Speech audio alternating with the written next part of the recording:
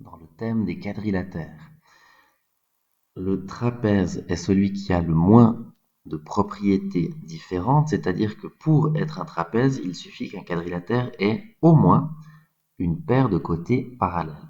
C'est d'ailleurs le cas du trapèze quelconque, et donc pour construire un trapèze quelconque, il vous faudra d'abord construire une paire de droites parallèles, et ensuite de côtés parallèles, et pour ça, le plus simple, c'est d'employer la règle et l'équerre et de faire la technique de l'ascenseur.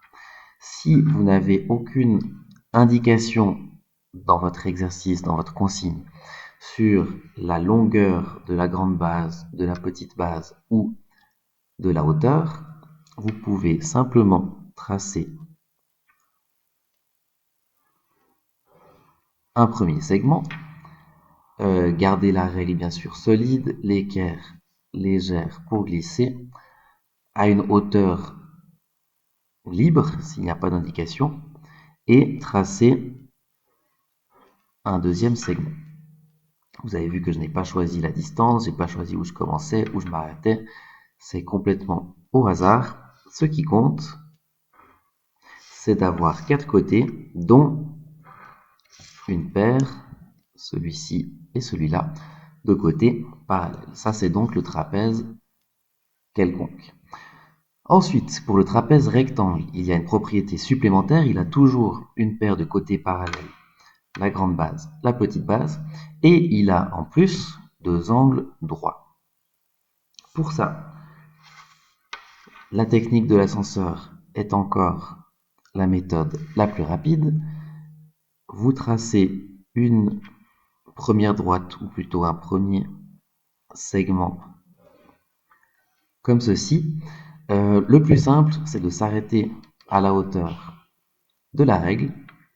Vous pouvez directement tracer le côté gauche ici. Technique de l'ascenseur, on glisse l'équerre jusqu'à l'extrémité de notre segment ici, qui représente la hauteur, et on fait notre petite base.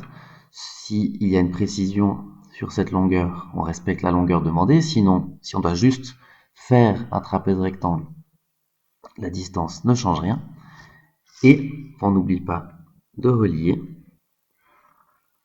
ce qui nous fait un trapèze rectangle, avec donc une paire de côtés parallèles et ici et là, 2 angles droits, qui veut dire 2 angles de 90 degrés.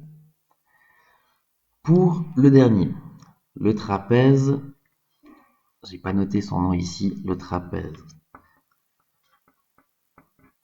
isocèle, il a encore des propriétés supplémentaires.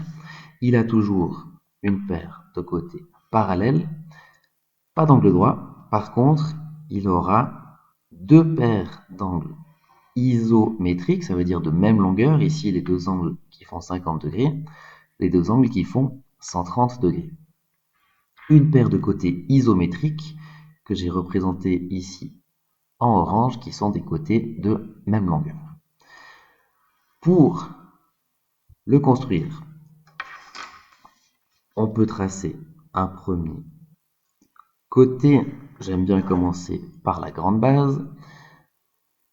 Ensuite, plusieurs méthodes différentes. Si on vous donne un angle, par exemple ici l'angle du bas à 50 degrés, alors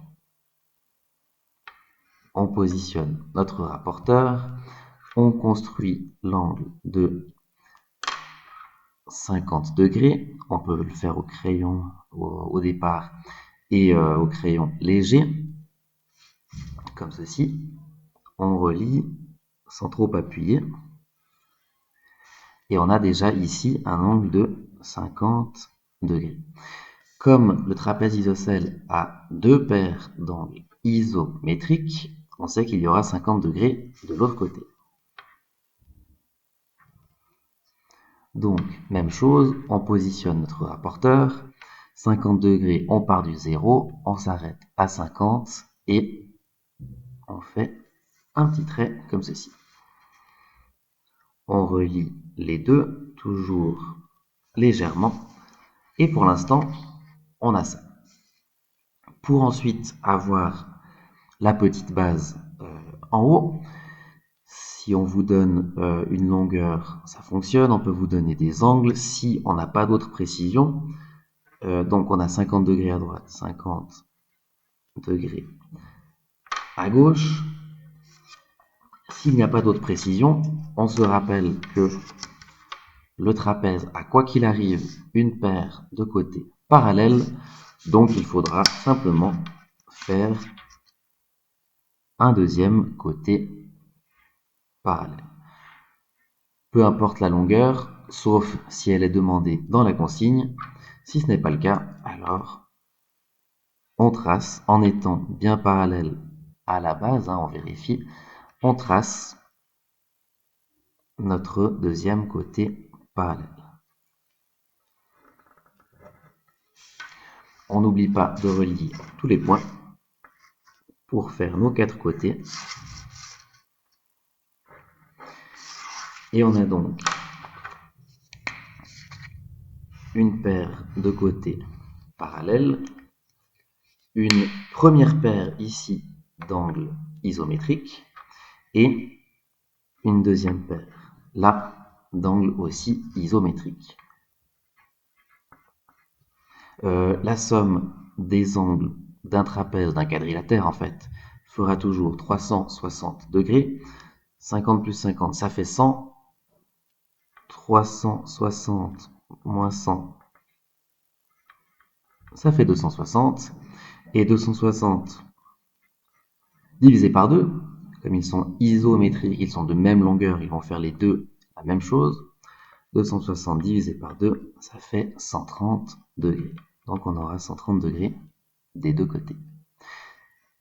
Le trapèze quelconque, une paire de côtés parallèles, trapèze rectangle, une paire de côtés parallèles et deux angles droits, et le trapèze isocèle, une paire de côtés parallèles aussi, deux paires d'angles isométriques et une paire de côtés isométriques.